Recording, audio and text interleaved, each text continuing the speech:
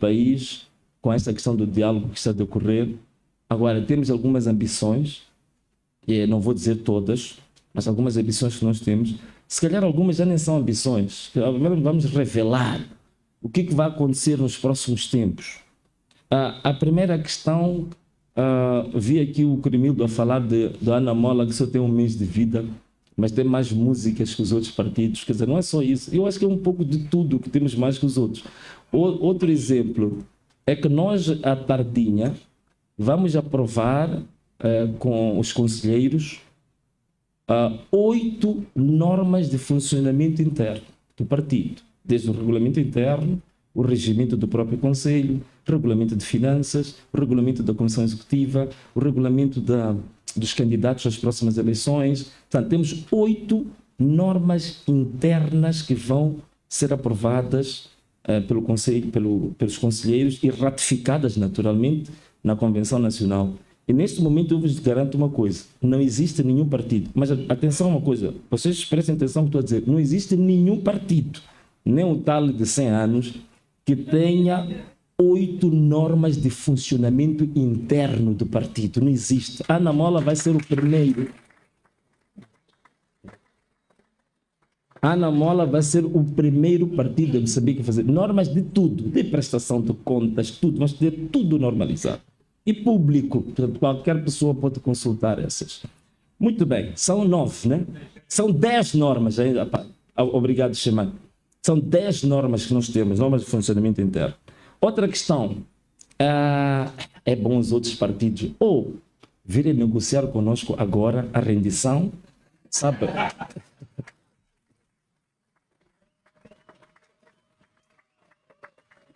Né? Quer dizer, há um livro, né? É Arte de Guerra, né? De Sun Tzu, que ele diz assim, se você nota de que provavelmente esta batalha vai me causar danos muito fortes, em vez de você querer dizer que vai lutar até o último homem, é bom ir negociar, chegar lá e arranjar um acordo de paz mais cedo, porque a gente está a falar de membros de partidos, não sei o quê. Já ouvi um partido que diz que tem 4 milhões, mas pô, eu nunca vi uma base de dados dos 4 milhões de membros.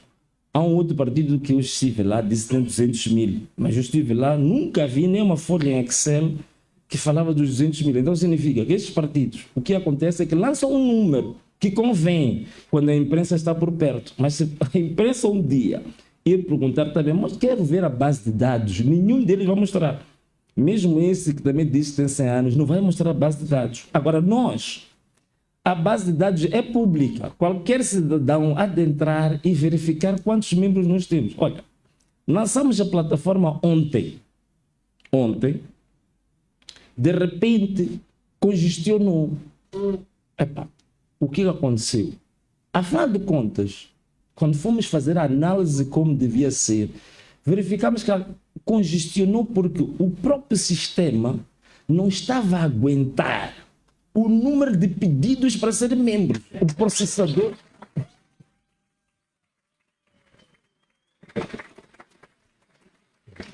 Portanto, o processador do aplicativo estava quente. Quando o nosso coordenador do Centro de Desenvolvimento Tecnológico, que é um jovem que está em Portugal, ele me mostrou, diz que a temperatura do processador estava já a passar de 100% para 105%. Então, eu perguntei, então, agora qual é a solução? Essas pessoas não vão se inscrever. Diz que, temos que triplicar a capacidade do processador. Então, eu disse, onde é que existe? Diz que, isto temos que fazer um pagamento urgente, senão isto vai estourar. Então, ele conseguiu, fez o pagamento online, triplicamos a capacidade do processador, e então, à noite, eu perguntei, então, quantas pessoas temos? Olha, em 7 horas de tempo, desde que nós lançamos o aplicativo, estávamos com 15 mil inscritos, em 7 horas de tempo.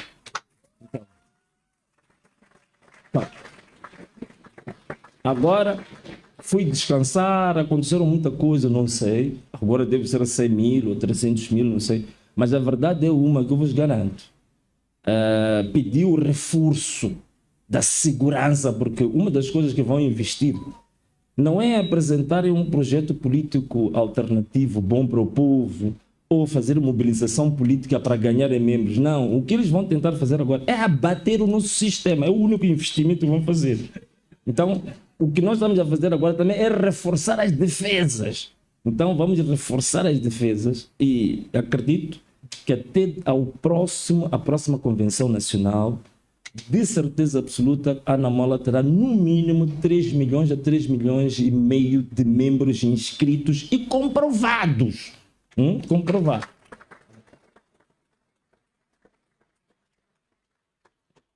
Outra ambição que nós temos, para o país tem a ver com propostas, tanto propostas apresentadas sobre governação, propostas de governação, mas uma área que nós temos muitas qualidades no partido, muitos juristas, então acabamos também sendo influenciados por isso, são as chamadas iniciativas legislativas, né? Propostas de lei que vão ser apresentadas no Parlamento.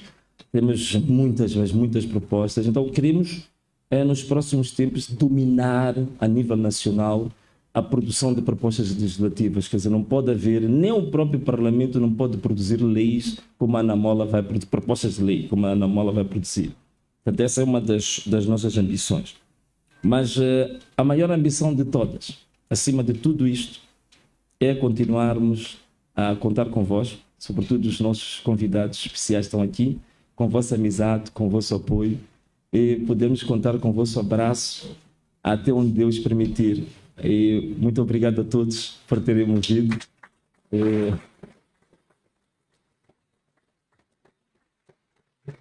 Declaramos aberto. É pena que ontem me deram um símbolo do poder, o martelo, não sei o quê, mas hoje não me deram, não sei como faço.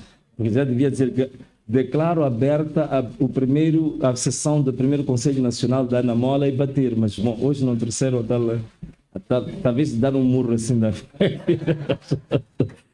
Mas, se vocês permitirem, eu queria também fazer um pequeno negócio hoje.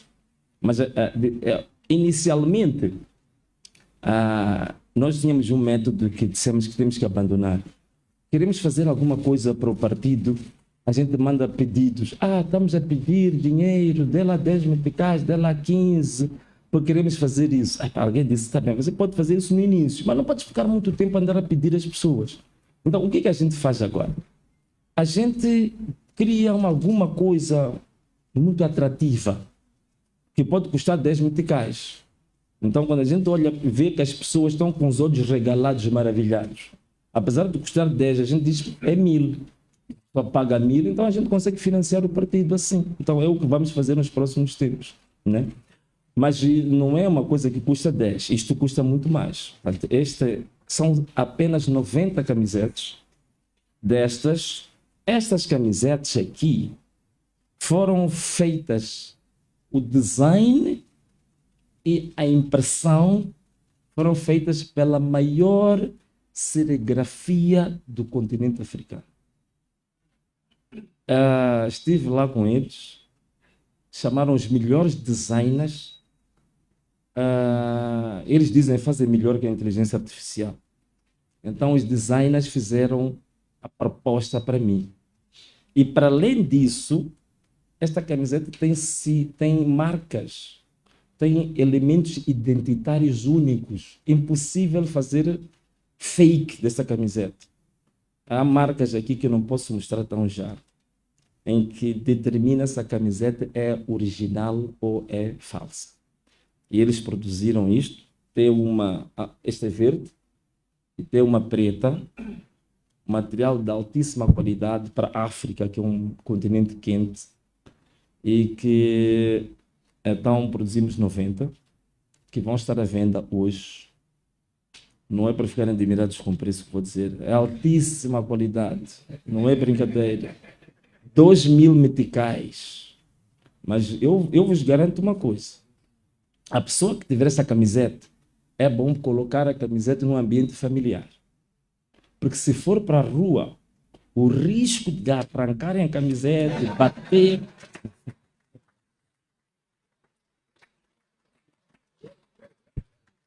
O risco é muito elevado, é muito grande. Então, É daí que vem o preço, 2.000 meticais. Lá fora estará uma moça chamada Vânia, né? Vânia, é a nossa secretária financeira. Ela vai estar com um saco com essas camisetas lá a vender. Quem tiver dúvidas, pega todo tipo de microscópios, não sei o que, traz, vê o tecido, não sei o que, vai ficar maravilhado ainda. Vai pagar mais por ter trazido o microscópio, porque vai encontrar coisas que nunca viu em nenhuma outra camiseta, nestas de altíssima qualidade.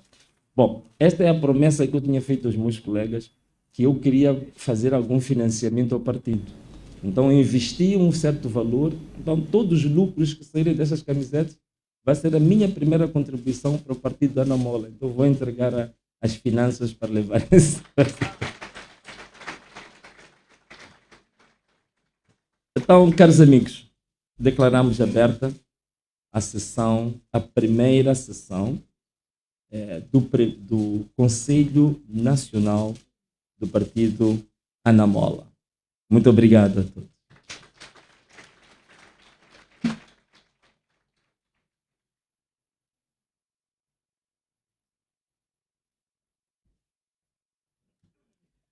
Mais uma salva de palmas para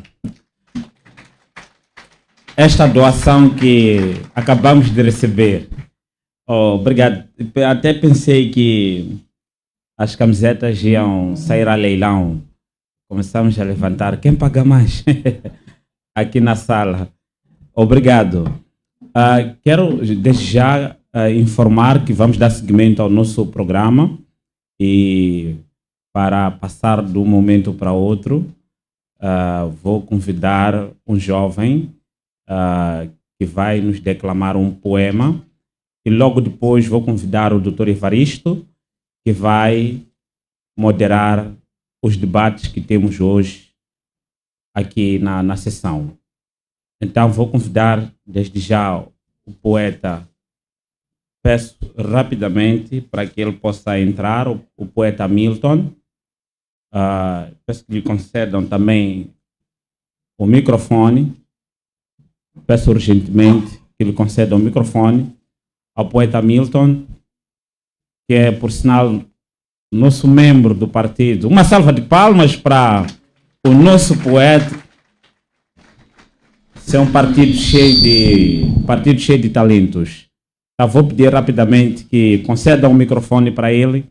Ele vai declamar um poema e, na sequência, vai entrar o Dr. Evaristo para fazer o convite aos nossos oradores e moderar o debate. Por favor. Eu até queria falar de amor. Sabem, eu também desejo ouvir a minha boca dizer palavras lindas e doces como: minha querida Ana Mola, aceito morrer nos teus braços e ser enterrado no seu coração, que arde chamas de amor, derrama mel e sabores da democracia. Pois não, eu não posso falar sobre amor, pois lembrei-me que hoje há crianças em Chibabava que não tomarão nenhuma refeição. Niassa está ameaçado de uma possível invasão de terrorismo comercial. Enquanto isso, em Chiuri, há refugiados tratados e maltratados como se fossem estrangeiros no seu próprio país. Ainda me lembro como se fosse ontem o grito do Mano Chotas a dizer: estou a morrer, pessoal. Por causa desses males, eu não posso falar sobre amor. Daí que eu pergunto: aonde é que nós estamos e para onde é que nós vamos com esta sociedade sangrenta, perigada por um bando de contrapátrias que tornaram a nossa pátria mais armada do que amada?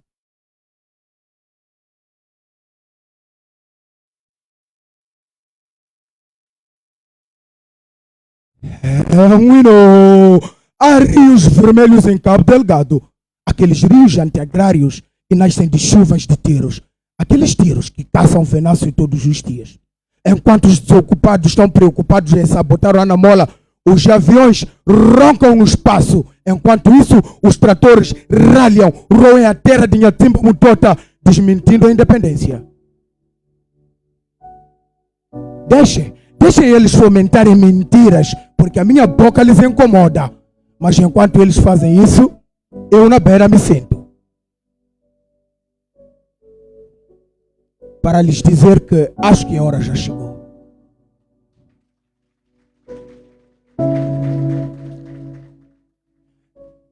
Enquanto eu me levanto, digo, as 10 pragas de Moisés para a queda de um governo ilegítimo já começaram.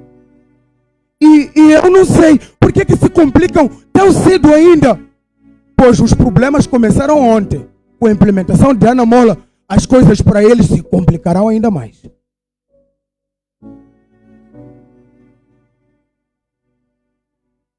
As coisas com a aprovação de Ana Mola para eles se complicarão ainda mais. Mas volto a perguntar, aonde é que nós estamos e para onde é que nós vamos com esta sociedade corajosa onde os embondeiros caem como se fossem arbustos? Mano Edson, não se aluja às mentiras da verdade. Sua vida é importante mais que ouro, partiu-se como ovo, rasgou a alma da lusofonia, feito o corpo de Elvino Dias, furado a 25 balas, para ocultar a verdade e por via de mentiras governar.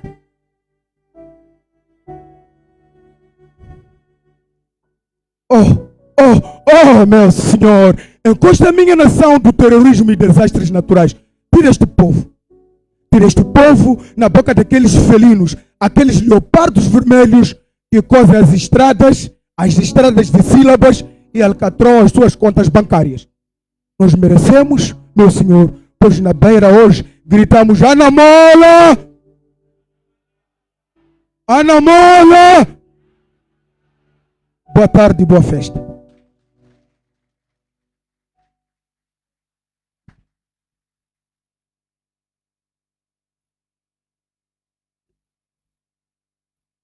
Bom dia. Bom dia. Vamos a esta parte referente ao debate dos vários temas que vão ser trazidos aqui pelos nossos oradores. Moçambique tem-se encontrado numa encruzilhada económica, social e política na qual não consegue definir-se, na verdade, como uma nação que jurou contribuir com o contrato social.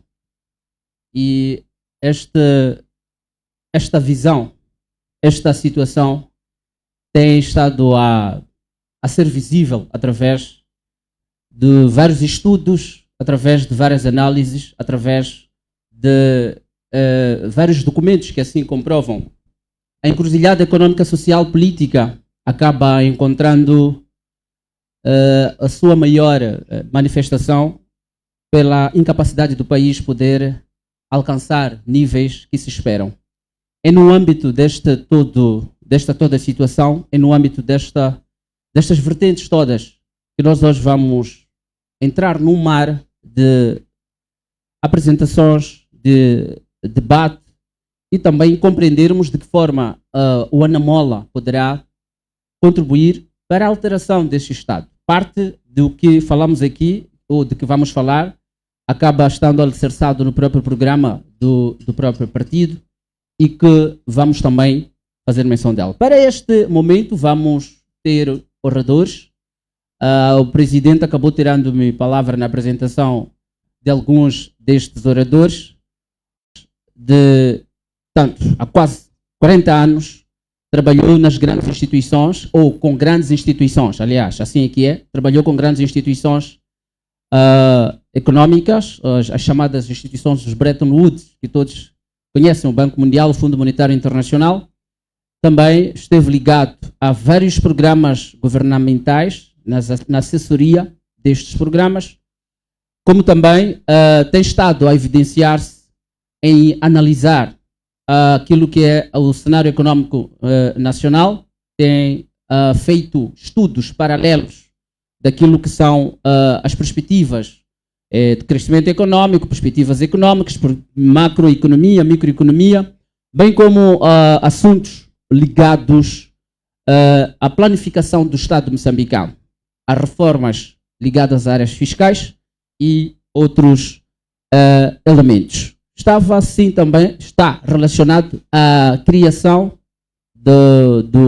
tanto colaborou com o gabinete da criação do manifesto eleitoral, coordenou, na verdade, o manifesto eleitoral e também os pontos do candidato do nosso presidente, portanto, Venâncio Mondlane. E vou chamar aqui, senhoras e senhores, o Dr. Roberto Tibane. Uma salva de palmas para ele.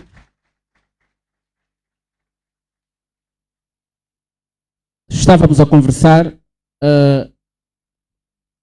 ainda hoje, esta manhã, com o Dr. Tibane relativamente ao nosso tema. E ele dizia-me, olha, Evaristo, pode ser um pouco complicado abordar as coisas em pouco tempo. Feliz ou infelizmente, Dr. Tibane, vamos ter 10 minutos desta apresentação.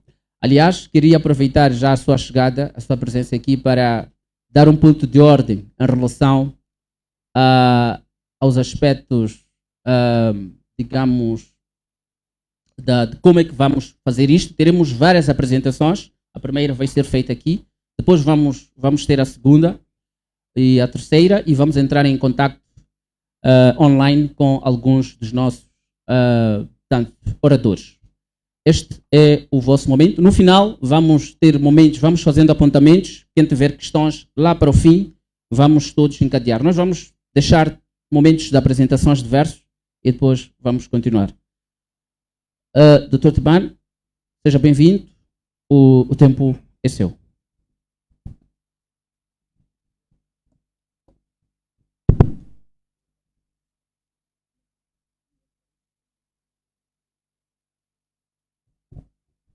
Boa tarde. Vou me levantar.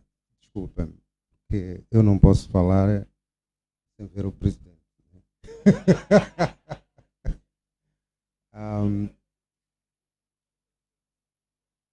Sim, se calhar é melhor até, não é? E já estou a perder um minuto.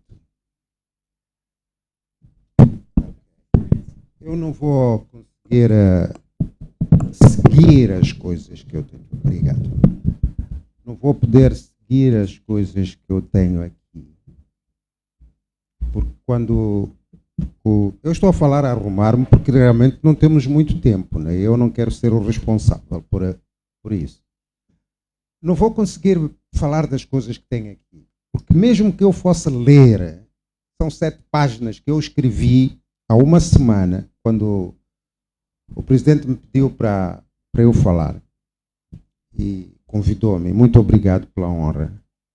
É a primeira vez, né, na minha vida que eu sou convidado para falar para um partido político na sua convenção. Portanto, estou a ficar muito importante.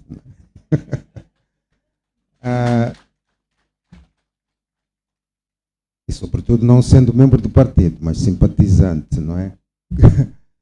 E eu escrevi esse papel, né? Eu escrevi esse papel sobre economia, e tem alguns números, fala de macroeconomia, fala de estratégias de desenvolvimento e tudo isso. E ontem, e depois eu disse a ele, eu quero viajar por via terrestre. Ele disse, mas vais-te cansar. Eu disse, não, eu vou guiar. Vou guiar, eu quero viajar por via terrestre, porque eu quero ver o país, que também já há muito tempo, essa coisa de andar a trabalhar fora, há muito tempo que eu não vejo o país. Eu quero... E apanhei uma certa inspiração ao longo do caminho. No sentido de que realmente nós temos um país em grandes problemas. Nós não temos sequer uma estrada nacional. Nós não podemos viajar do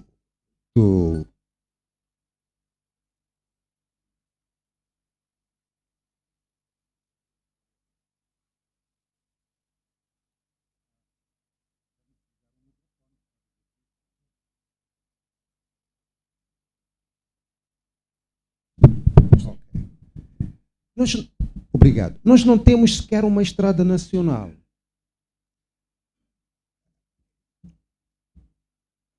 E isto é bastante sério. É por isso que nós temos naquele manifesto a tal ideia da linha férrea que vai de Maputo até Cabo Delgado, de comboio rápido, que ao longo do caminho depois faz as saídas tanto para o interior como para o mar, também com linha férrea. E ao lado da linha férrea, estradas resilientes. E à medida que se vai construindo a linha férrea, ir colocando fibra óptica para conduzir dados digitais ao longo das novas estradas e ao longo da linha férrea. Colocar fibra óptica, que é para, nos pontos, a determinados pontos, empresas privadas, por exemplo, da área digital, não sei o que, a distribuição de sinais, de dados, depois alugarem ao governo, porque esse investimento da fibra óptica pode ser do governo, mas também, se houver privados que queiram lançar a fibra óptica, podem vir lançar. Mas a grande obra pública da estrada, do caminho de ferro, é do governo. E ao longo disso, ir instalando isso. E depois hão de vir essas empresas que vão utilizar estes canais para vender sinal de internet e etc. Depois vai ter uma coisa muito interessante para o setor público também. Por exemplo, os livros escolares, que agora são transportados em aviões e em caixas para lá, podem ser colocados nas aldeias, ou pelo menos nos grandes centros urbanos e nos grandes centros rurais mesmo, podem ser colocados por via digital. Os meninos descarregarem os livros, ou as escolas descarregarem os livros, materiais de ensino e serem disponibilizados por essa via. Portanto, eu penso que aquelas coisas que nós escrevemos no manifesto, depois de eu ter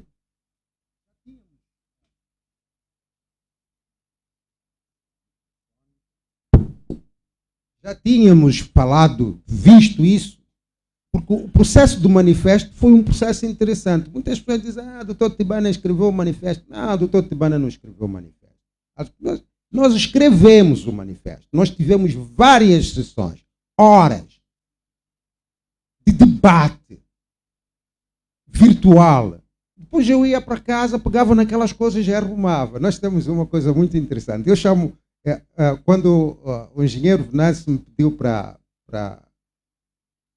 Aliás, eu pedi a ele, durante cerca de um mês, que eu queria dar um comentário no manifesto dele. Porque eu declarei-me apoiante incondicional dele. Logo no primeiro dia, quando ele estava a vir de Alto Moloco, ele saiu do avião, fez aquela coisa de dizer que eu vou consultar com os meus colegas amanhã o que é que vou fazer. Mas não chegou a casa. No meio do caminho, ele subiu no carro e disse que ele ia a fazer uma candidatura independente. Então eu logo escrevi, naquela noite mesmo. Fiquei muito zangado com ele não sabe. Eu disse, isso é irresponsabilidade. Nem chegou a casa ainda, já está a dizer que se quer candidatar. Mas eu, logo naquela noite, escrevi. E depois eu comecei a pedir, eu quero comentar o teu manifesto, eu quero comentar o teu manifesto. Ele não respondia, ficava uma semana sem responder, eu ficava todo, poxa, mas o que é que se passa? Eu queria comentar o manifesto. E um dia, às 4 da manhã, eu acordo. Ele tinha mandado uma mensagem para um grupo de rapazes e dizia, olha, o doutor Tibana vai ser o vosso coordenador de manifesto. Nem me disse nada. Só me mandou depois a cópia dessa mensagem. Lembrou-me aquelas nomeações que antigamente se faziam, que as pessoas só acordavam e sabiam que eram ministros ou coisa assim.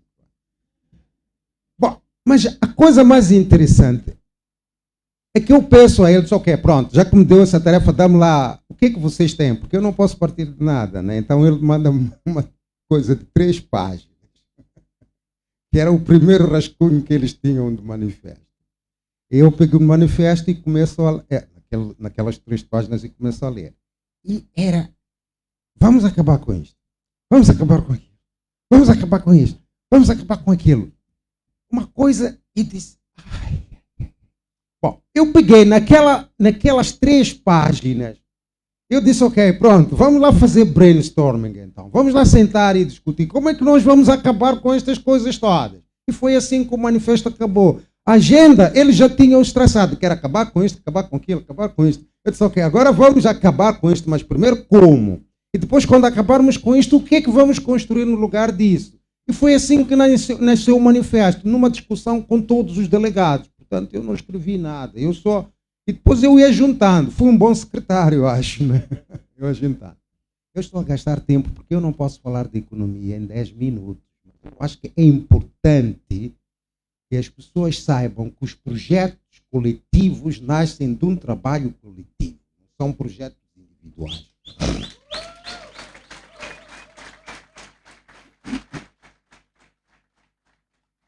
Este é que é o sentido desta fala, porque tudo nasceu lá. Então, a construção É por isso que o engenheiro Venâncio diz: o programa do nosso partido está no manifesto. Parece o contrário, não é? O manifesto devia ser a origem depois para orientar o programa do partido. Mas por que aquele manifesto tem a força? Eu tenho a certeza que o partido vai produzir formalmente um programa do partido e vai ter muitas mais coisas, porque agora o partido vai discutir a ideologia e tal. Mas por que aquele manifesto tem aquela força de que pode ser uma inspiração para o partido? Ele está a dizer isso, não está a impor nada ao partido, não está a dizer peguem lá no meu manifesto de candidato independente e façam do programa do partido. Ele não está a dizer isso, ele está a dizer: colegas, nós trabalhamos juntos nisso, então vamos lá tentar pegar nisso e valorizar. E esse manifesto é realmente isso, porque uma boa quantidade das pessoas que estão aqui hão de se lembrar dessas discussões que tivemos. Portanto, este era o primeiro ponto que eu queria fazer. Agora, quanto à economia, eu vou dizer muito pouco, porque já gastei os outros 5 minutos, se não 10.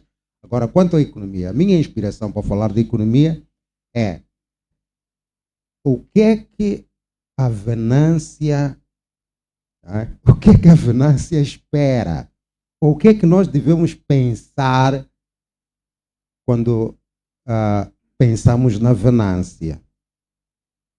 A Venância é aquela criança que foi doada ao presidente ontem. A chará dele. Essa é outra inspiração que me deu a agenda. Porque, sabem, a minha plateia ontem não eram aqueles que estavam ali à frente. Eu estava a observar, havia várias plateias ali. A minha plateia principal eram aqueles miúdos que estavam lá em cima. Não sei se conseguiram ver essa diferença. Viram, né? Essa era a minha plateia. E realmente desafiou-me. Eu penso que esse é o grande desafio da Ana Mola. A Venância é filha de jovens que eu penso que devem estar aí pelos 19, 20, 21 anos, 22, não muito mais do que isso, pelo que eu vi ali. Não vi bem, mas eu acho que são muito jovens aqueles. Pelo menos a mãe. No manifesto, há um assunto que foi elaborado, que nunca foi elaborado por nenhum partido. E nós fizemos. E isto é outra dimensão do manifesto. É um assunto de demografia. É um assunto de demografia. Nós estamos a ter um grande crescimento populacional. E a população de um país é uma riqueza de um país. A força de trabalho, a fonte de riqueza, são as pessoas que vão produzir e tudo. Mas isso tudo depende da qualidade da população.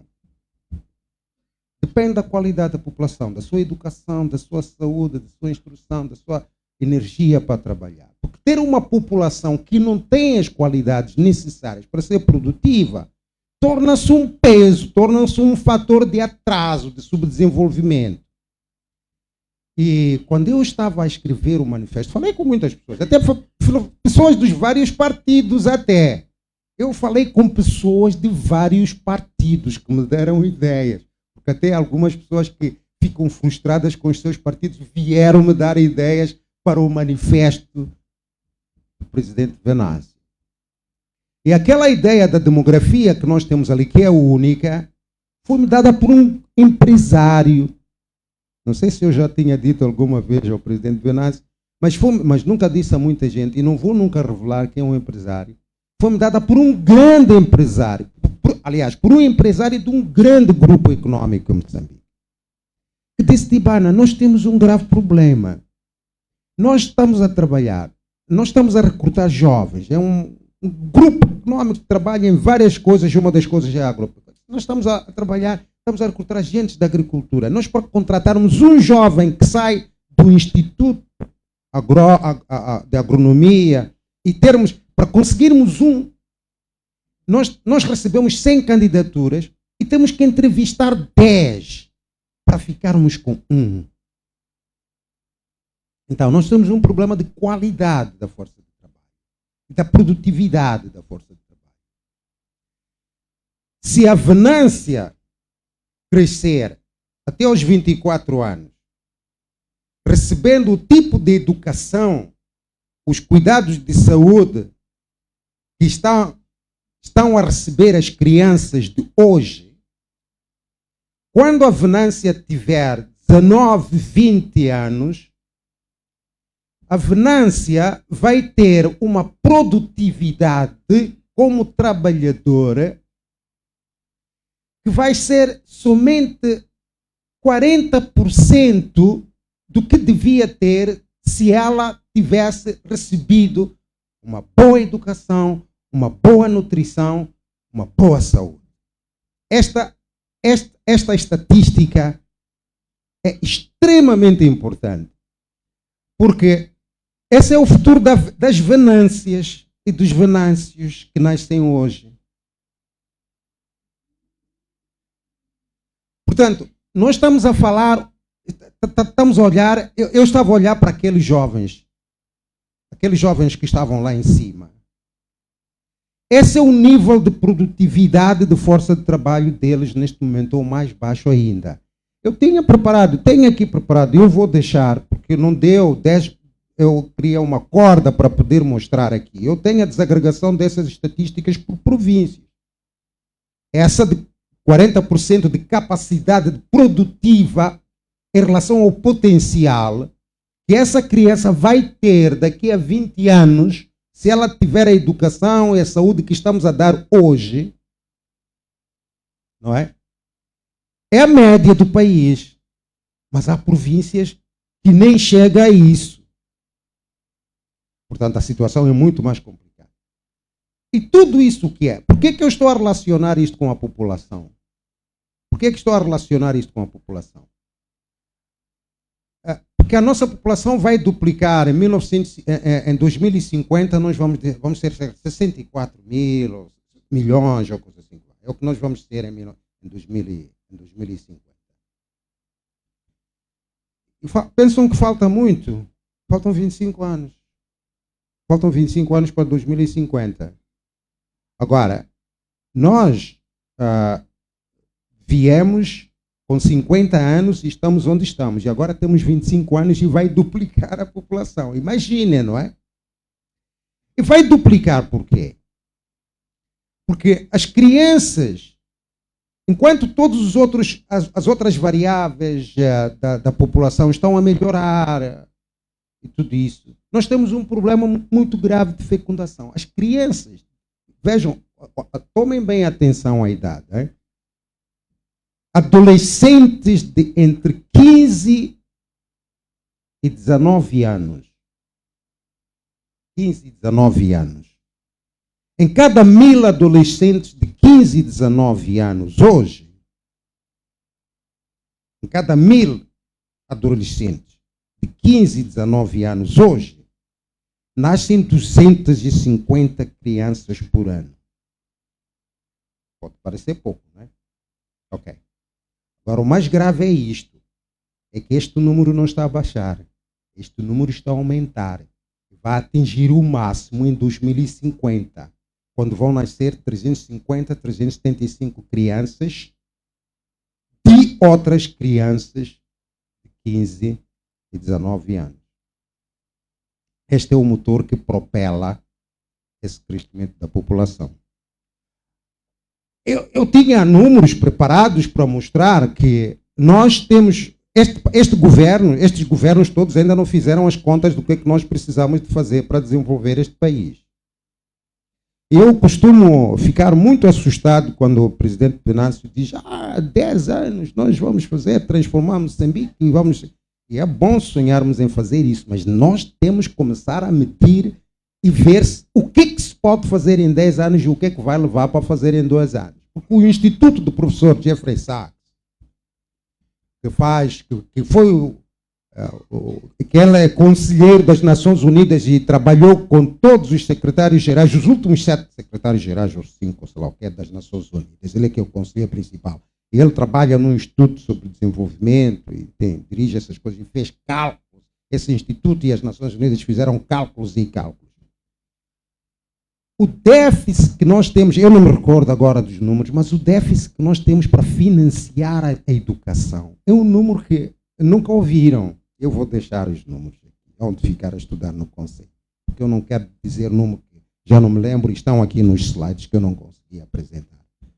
Portanto, nós temos um déficit de financiamento da saúde, da educação, não sei o que mesmo que nós multiplicássemos por 10 o orçamento da saúde e da educação nos próximos 15, 20 anos, pelos nossos próprios meios, não havíamos de conseguir tal e qual como nós os temos agora. Nós teremos que bombar mais gás, teremos que cavar mais carvão, teremos que cavar mais minerais e utilizá-los nós próprios, porque neste momento nós não estamos a utilizar isso. E vou terminar esta conversa, que é um bocado atabalhoada, mencionando um número de macroeconomia, que é a macroeconomia que eu não queria falar hoje. Para explicar-vos porque é que nós não estamos a ter esses recursos agora e porque é que, mesmo que multiplicássemos por 10 os orçamentos de agora, não havia de ser suficiente. Nós precisávamos de bombar muito mais gás, precisamos de cavar muitos mais minerais, precisamos de fazer muitos mais hectares de agricultura, algodão e outras coisas. Mas, sobretudo, precisamos de alimentar as nossas crianças para que esse potencial... Eu trazia aqui dados de nutrição. Eu trazia aqui dados sobre a nutrição. Que foram levantados em 2022, no último inquérito dos agregados familiares. Pela primeira vez, o inquérito dos orçamentos das famílias levantou dados sobre a nutrição em Moçambique, que nessa altura não foram processados e publicados. E depois nós vivemos aquela mentira das 3 refeições, não é?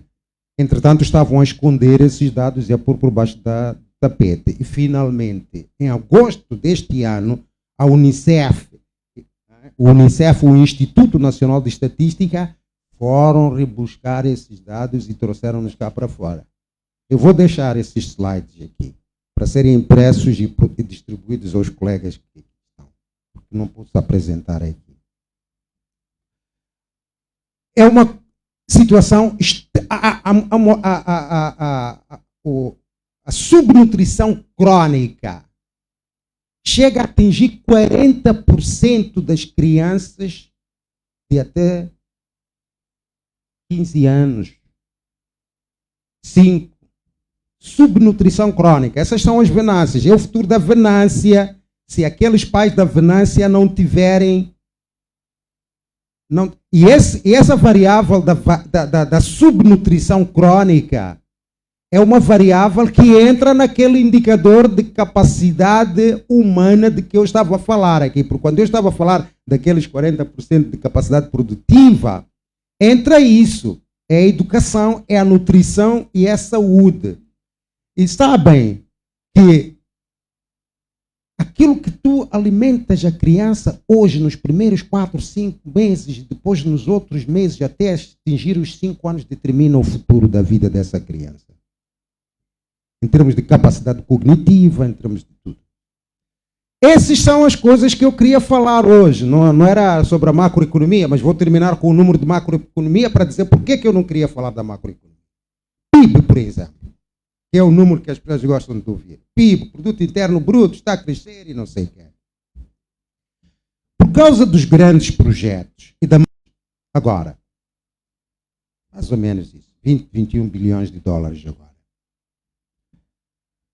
Desse PIB, esse Produto Interno Bruto, que é a estatística que a gente gosta de dizer, está a crescer ou não está a crescer? Desse PIB, 2 bilhões de dólares saem. Mas nós contamos com isso, nós dizemos que é o nosso PIB. Não é. 2 bilhões de dólares são os lucros dos grandes projetos que são expatriados todos os anos, a partir dos últimos 2 anos. Até 2 anos atrás eram cerca de 750 milhões de dólares. 2 anos para cá, eu se vos mostrassem o gráfico que tenho aqui, haviam de ficar assustados, porque é assim, pum, 2 bilhões de dólares por ano saem. Nós estamos o escândalo das dívidas ocultas, quando é que foi? Foram 2 bilhões de dólares, né? O escândalo das dívidas ocultas. Aquilo que enterrou o país. Porque foi a partir de 2016, mesmo essas estatísticas de nutrição de que eu estava a falar, começaram a piorar a partir de 2016, 17. Porque eu tenho aqui as estatísticas para mostrar também que estava a melhorar, mesmo isso da nutrição e tudo isso estava a melhorar. Foi a partir de 2016, 17, com o escândalo dos 2 bilhões de dólares que levaram a esta situação toda.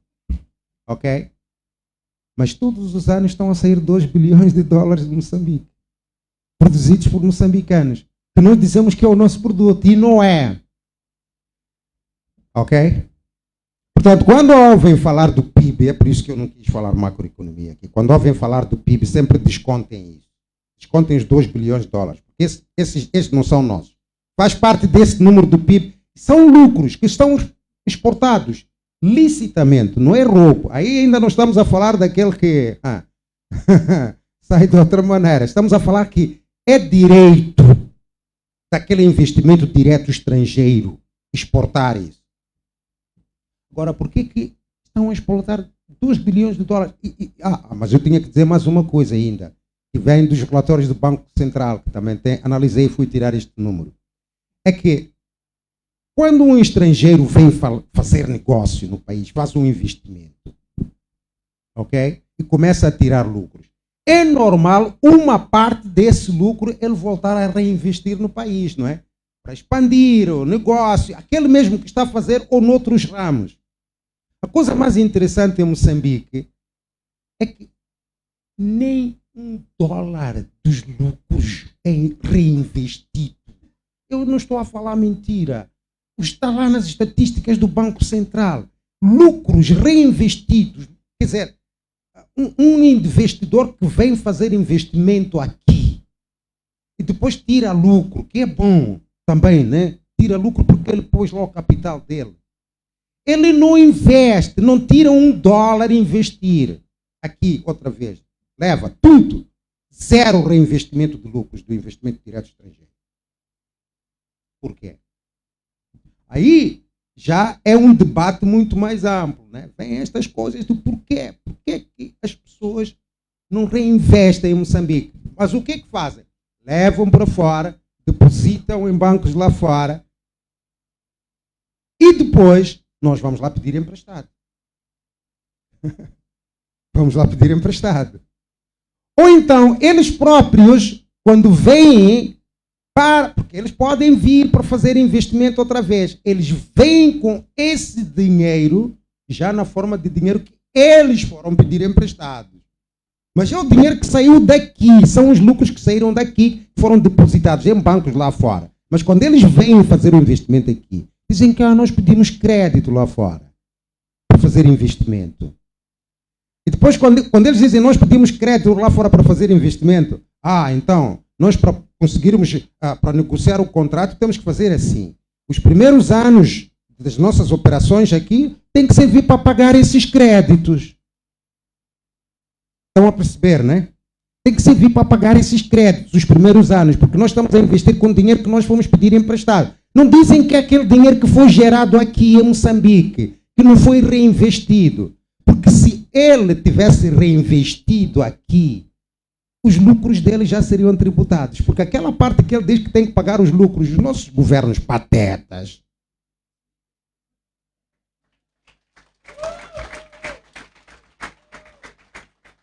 É isso. Os nossos são patetas, não tem outro nome, porque eles acreditam nisso. Bom, mas por uma certa conveniência também, convenhamos. Né? Aceitam e assinam esses contratos, não é? Que dão o quê? As isenções fiscais.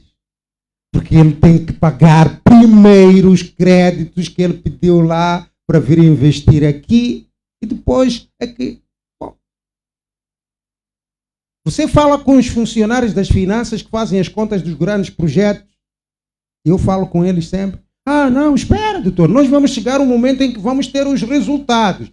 Primeiro, esses têm que ter pagar os créditos que eles trouxeram para fazer os investimentos. Aqui depois, daqui a 50 anos, daqui a 30 anos, daqui a 20 anos, então, pronto, quando eles tiverem acabado de pagar, também tínhamos que lhes permitir isso, né? Porque senão eles não vinham investir, porque vêm com crédito. Bom, é uma história um bocado atabalhoada, né? Mas duas coisas que eu queria terminar para dizer, só para fechar, para fazer o resumo. Tem um minuto. A economia, sim, a economia é para a vida das pessoas.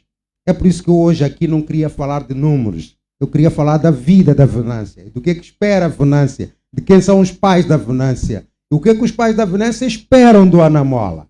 Esperam emprego, programas que vão trazer emprego, para poderem alimentar as crianças, porque isso é que é a economia, educar as suas crianças.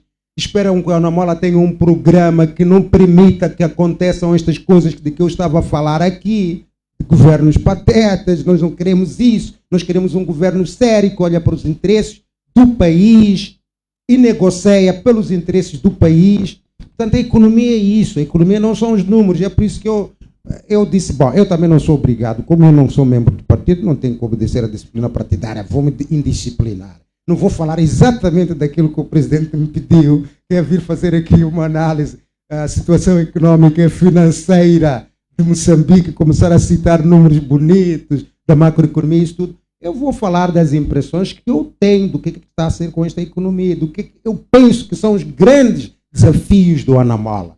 Que é responder, organizar a vida das pessoas, organizar a vida dos jovens para eles poderem ter emprego, ter o pão todos os dias e poder criar as Venâncias para que elas sejam os cidadãos do futuro. Porque enquanto não fizermos isso, elas só vão ter um potencial de 40% daqui a 20 anos, como eu estava a dizer. Mas os da Singapura, por exemplo, têm um potencial que já é 97% do potencial. Singapura está no topo do capital humano, não é?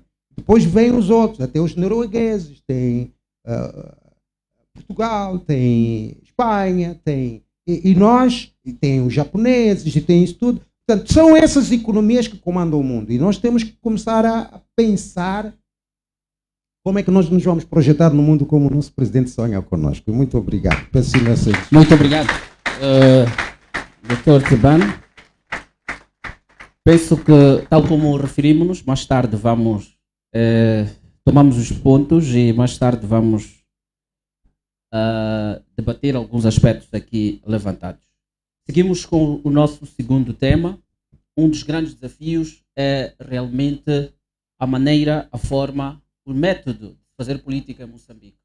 Vezes em conta, a discussão tem sido que os partidos políticos têm definido as suas ideologias, as suas formas de fazer, mas no terreno, na realidade, a coisa acaba ficando diferente, acaba sendo uma outra forma. Vamos tentar saber, através do nosso orador, quais são os desafios, que formas Moçambique pode fazer política de forma diferente. O nosso orador também já foi apresentado aqui, tirou-me a palavra o Sua Excelência, Sr. Presidente.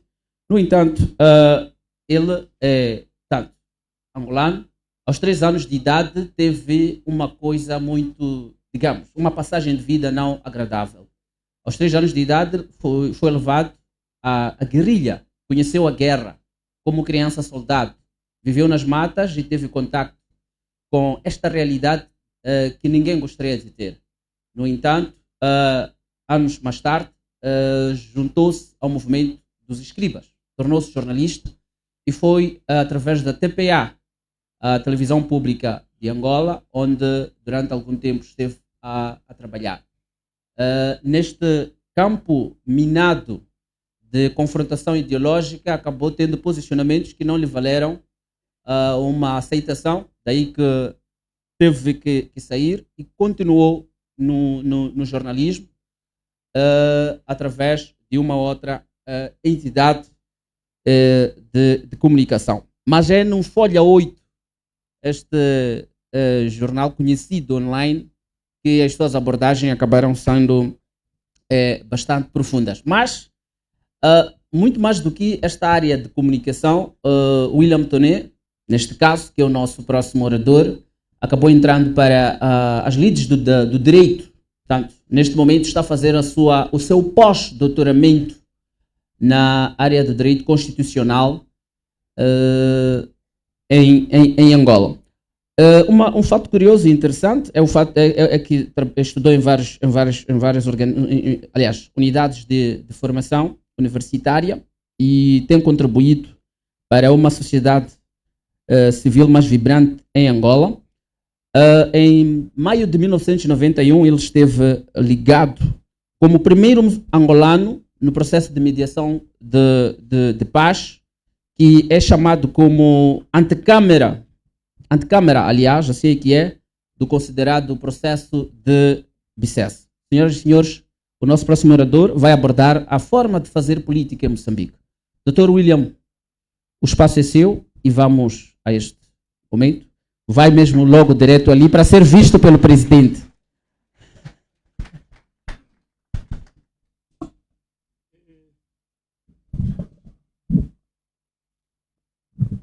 Eu não estou aqui como angolano, estou aqui como africano, estou aqui como moçambicano, mas estou aqui como irmão de Venâncio Antônio Bila Mondlane. Um conhecimento, uma relação que transcende a forma, muitas vezes arcaica, daqueles que se dizem libertadores e revolucionários dos nossos países, mas que são, na verdade, os continuadores da colonização por outros métodos. E então nós começamos a discutir há muito tempo, e a nossa empatia veio de questões que transcendem, por exemplo, vocês sabem como é que são os políticos. Os políticos são, em muitas alturas, principalmente quando eles são capazes da colonização, eles inventam tudo. Não vou dizer de onde é o político que, chegado a uma localidade, ele recebe informação rapidamente do homem de campo. Diz: olha, chefe, aqui as pessoas quando saem daqui para ali morrem muito, temos que fazer alguma coisa. E ele começou o seu discurso dizendo: olha, se vocês continuarem a votar no meu partido, se vocês conseguirem me eleger, a primeira coisa que eu vou fazer aqui, depois das eleições, é uma ponte. E o homem atrapalhado do outro lado veio a correr: oh chefe, mas nós aqui não temos rio. Pois. Mas antes de fazer a ponte, eu vou fazer o rio.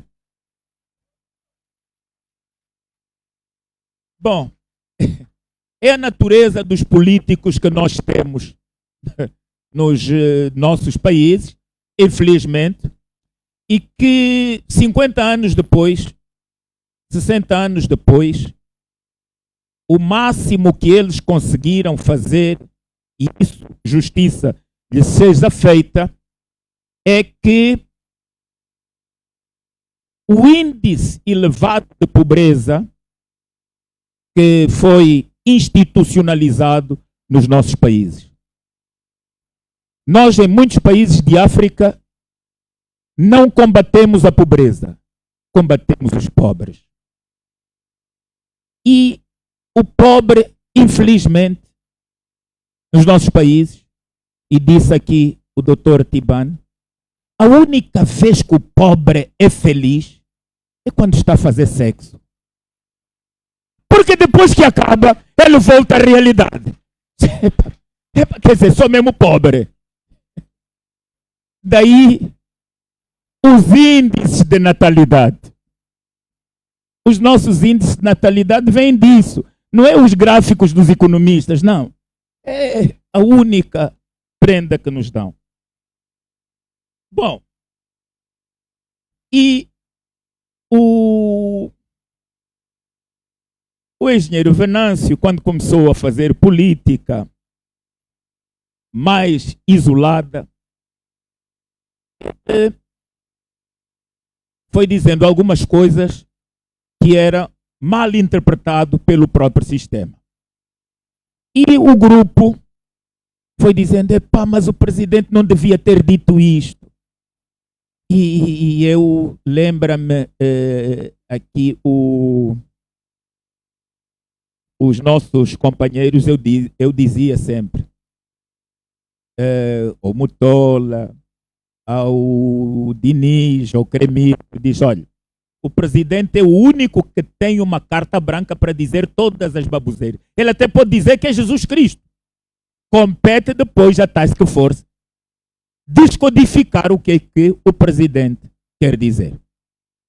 E é com base nisto, neste esforço, que nós fomos vendo cada gesto de Venâncio entrou como uma desconstrução do próprio sistema político. E as pessoas nunca se viram. Venâncio nunca fez um gesto que não fosse para ter debate e incidência política. Diz-se, mas o presidente não foi. Quando a minha cunhada disse, não corta mais o cabelo. Porque ele tinha um cabelo como o meu. Éramos iguais. Não corta. Aquilo significa para nós, no mato, eu cresci no mato e na mata e vendi na praça. Eu, na abertura de uma região, vendi na praça. E aí ganhei muito. A nossa identidade, a nossa personalidade jurídica é diferente dos senhores que nascem nas cidades e nas Europas. Nós no mato nascemos com personalidade e muitas vezes crescemos com personalidade e morremos com personalidade. Vocês nas cidades nascem com personalidade, depois crescem com personalidade jurídica e morrem com ela também. Portanto, mas a nossa personalidade jurídica é com base em sinaléticas. Quando é que o menino no mato, no interior de Lixinga, tem a personalidade jurídica? Lá não chega a conservatória. Lá não chega o direito positivo.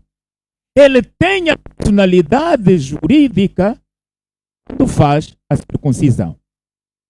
Nós, nas nossas polis, se não formos circuncisados, dificilmente temos uma profissão. E dificilmente podemos contrair matrimônio. Porque não vamos no rio, os outros vão dizer, epa, você vai sujar a água, sai. Então tens que ir buscar a personalidade jurídica. E então, o cabelo do presidente Venâncio, ele ganhou a personalidade política.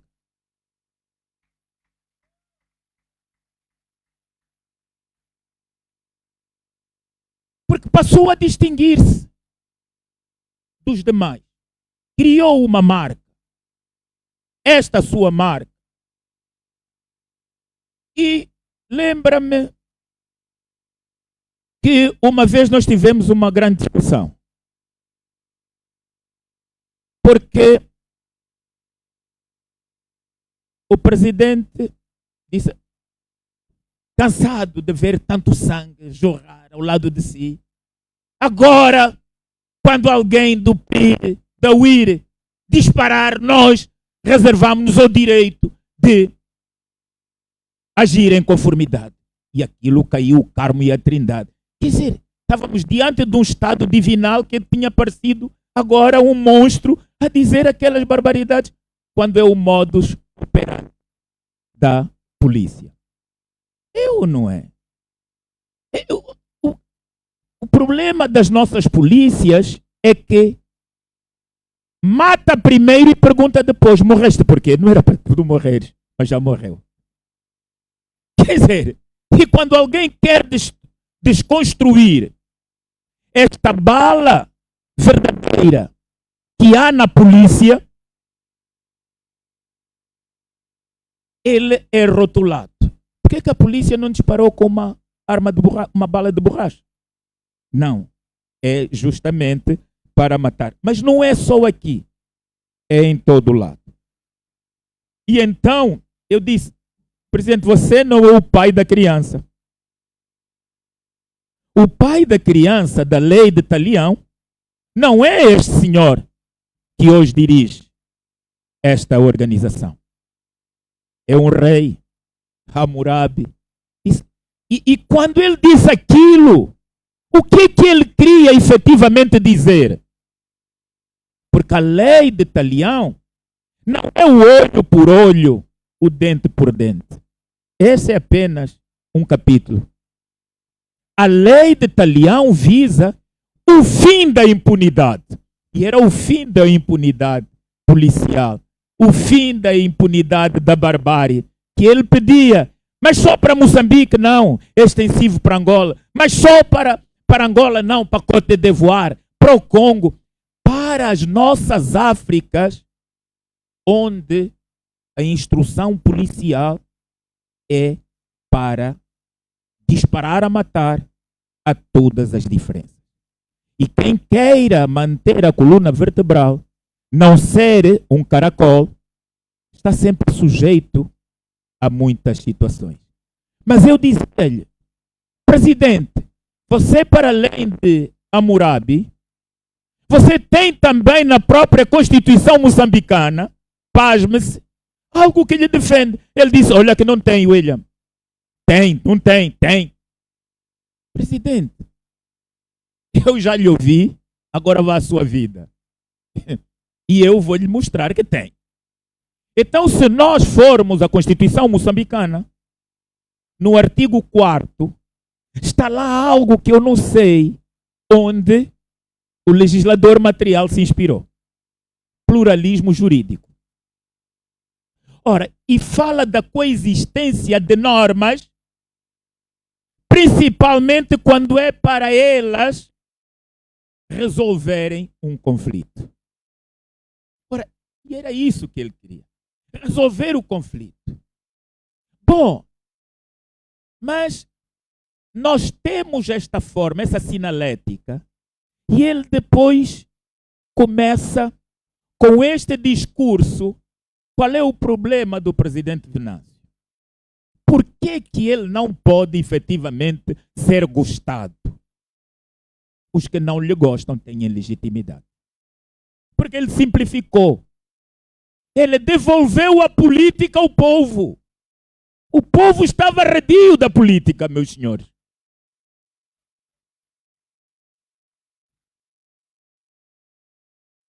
E ele humanizou.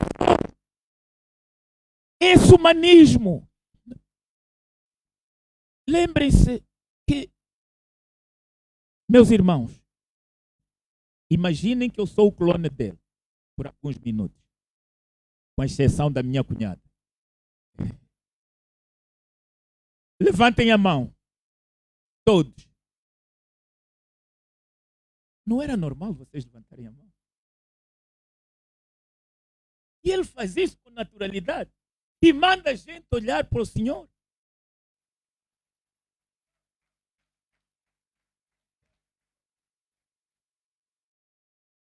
Ora, é uma nova forma de fazer política. Bom, e essas sinaléticas mobilizam ou não mobilizam? Mobilizam. Por quê? Qual começa a ser a desconstrução disto? O cabelo. Jesus. Zambi também é nosso, os nossos seus. Essa empatia começa a ser tão vinculante que ela aproveita um nicho que a Frelimo deixou. perdeu. A Frelimo, como o MPLA, deixaram de ser partidos políticos. Tornaram-se em centrais de emprego.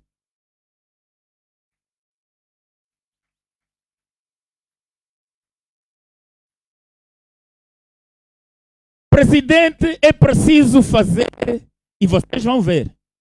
Pode ser que eu me engane, mas daqui a dias vai haver um grande evento na cidade da Beira. Epá, os gajos gastaram quanto? Fizeram como? Ô presidente, como é que mobilizaram? E então, a política tornou-se financeiramente tão ruim que os senhores da economia não conseguem, de facto, ter números nos gráficos compatíveis com a nossa realidade. E ele, devolvendo o humanismo e a política ao povo, é o único movimento que as pessoas têm uma indumentária no coração. Quantas camisolas vocês viram ontem do Anamola, naqueles meninos retratados pelo Tibane, mas naqueles meninos que eu pensava quando é que esses meninos vão cair em cima de uma casa de chapa e que cada estrofe que eles gostassem do discurso batiam na chapa. Eu disse, quando é que aquela casa vai cair?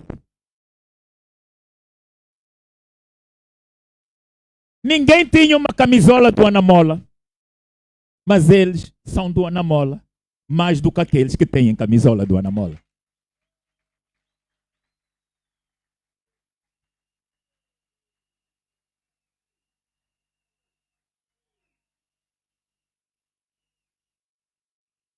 Então, esse humanismo depois está na linguagem. Eu não queria fazer um discurso. Já pedi o Crimildo para fazer. Mas, para não deixar de abrir, eu vou abrir. E o que é que fez? A política hoje, com o aumento da fome, com o aumento das desigualdades, não pode ter discursos em que os políticos chegam diante do faminto no que tange, porque quanto mente e publicamente. Não, a pessoa pergunta isso, no que quanto mas isso é que se come? Ô pai, qual é a nova comida? É a simplificação da política. O povo come, quem explora, quem bate. O resto, o pessoal já ouviu sem ele pronunciar. É esta nova forma de fazer política. A simplificação. Nós estamos a fazer uma política para mais de 13 milhões de pobres. Com discursos bonitos que não mudam. Não. E então, o Anamola tem a responsabilidade de fazer e manter-se nessa linha, fazer diferente. Não pensemos em substituir a Frelimo. É sempre um erro. Eu venho do Senegal, do Burkina, e estava para regressar agora para o Níger, e como o presidente é meu irmão, ele desafiou-me no seu discurso. E tínhamos combinado para ele não fazer aquilo. Mas ele chamou o Marichele. E olha, eu fiz 90 camisolas e tal. E agora vamos. Vai ser muito barato. Bom, pronto. Mas isto está na lei dos partidos políticos, né? Artigo 17 da Lei dos Partidos Políticos de Moçambique. Há 4 formas das pessoas poderem financiar. Vamos eleger a última. em que não precisa muito escrutínio, porque não pode constituir doação o que o presidente fez. Não pode constituir cotas, porque doação vai, o processo, vão dizer a Mana Glória, o relatório, então isso é como. É muito complicado. Se for cotizações, não sei se... manos, essa cota foram 180 mil meticais que o presidente deu hoje ao partido. 180! Assim, quantos já de nós que vamos conseguir dar 180? Quantos? Então, isto fica melhor enquadrado na última categoria de outras fontes de financiamento. E eu, em sinal de irmandade, não vou ao Níger, e este dinheiro também vou contribuir como outras fontes de financiamento.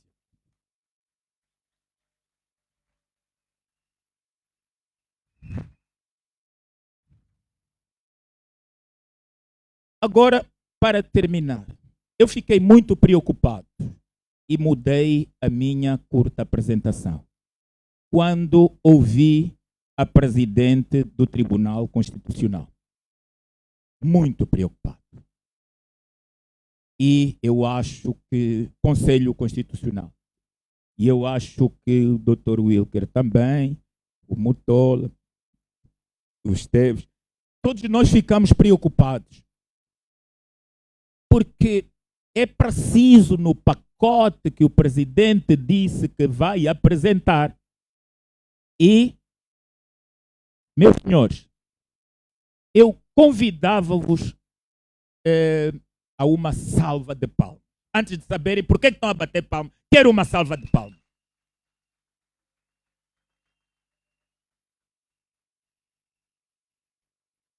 Muito obrigado. O que fez a presidente do Conselho Constitucional foi responder ao presidente Venâncio. Vejam que é tão pequena esta criança, mas tão altista politicamente. Porque aquilo é uma preocupação que foi escrutinada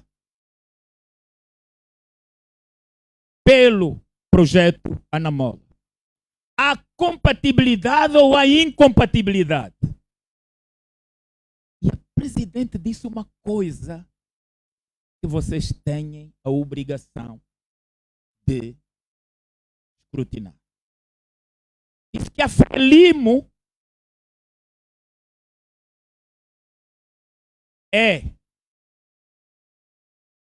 se tivesse o Charles Luís de Secondão vivo, o vulgo Barão de Montesquieu, ele morreria ao ouvir a presidente.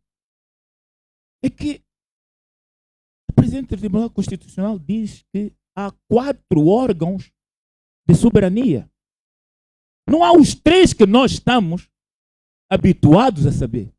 É que a Frelimo é o 4º órgão de soberania. E por isso a Frelimo se reserva de repristrinar 1975 e o que ela pensou em 1975.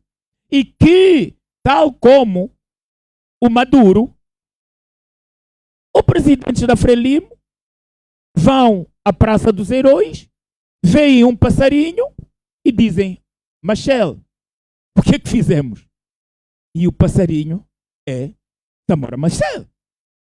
Não fui eu que disse. Eu peço perdão. Não quero me intrometer. Foi a presidente do Tribunal Constitucional. Dizer a luta de libertação, porque os acordos de Lusaka e a Frelimo, com base nisso, a forma como viu o Estado. Era ontem. Quer dizer que a política que está reservada para os moçambicanos hoje, de quem está no poder, é no futuro indefinido. Por isso é que as estatísticas do doutor Tibani não podem dar certo. Não podem dar certo. Então, há, na nossa opinião, as preocupações que o presidente elencou para o tribunal se pronunciar, há ou não uma incompatibilidade.